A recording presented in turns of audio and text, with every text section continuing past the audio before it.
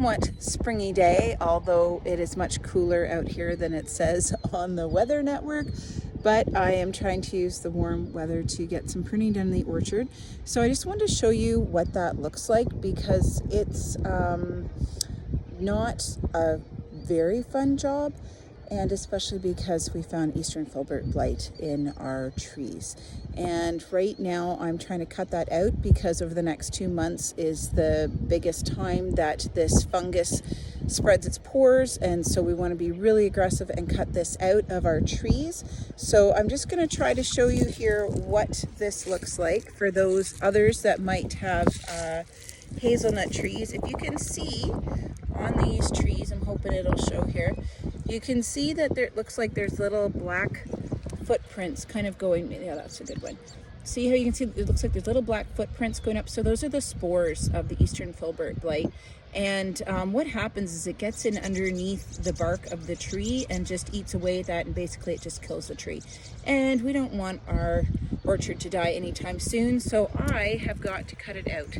So in this particular tree, you're gonna see that I have 4 main branches, and 2 of the main branches have Eastern Filbert blight and the other 2 don't. And that's partly the reason that we do it more as a bush rather than a tree, so we only have to cut out half of it.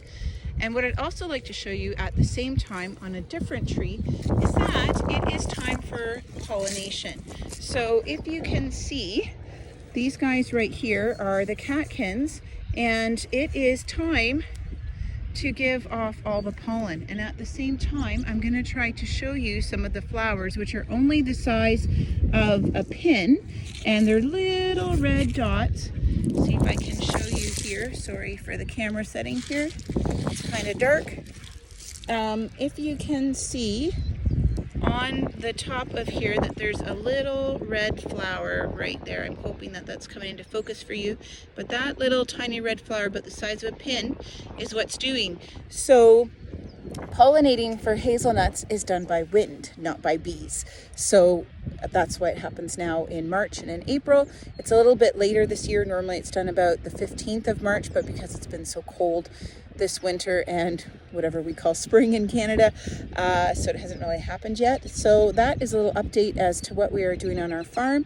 With all the branches that I'm cutting out, I am burning them right away, because even if I've cut off the branches, the spores can still, or the fungus can still release the spores, can still infect the trees, and that prime time to happen is called bud break, and that's not what we want to have happen. So we're going to cut that all out. There's going to be some very aggressive pruning. Quite a few trees are actually going to be cut out because it's so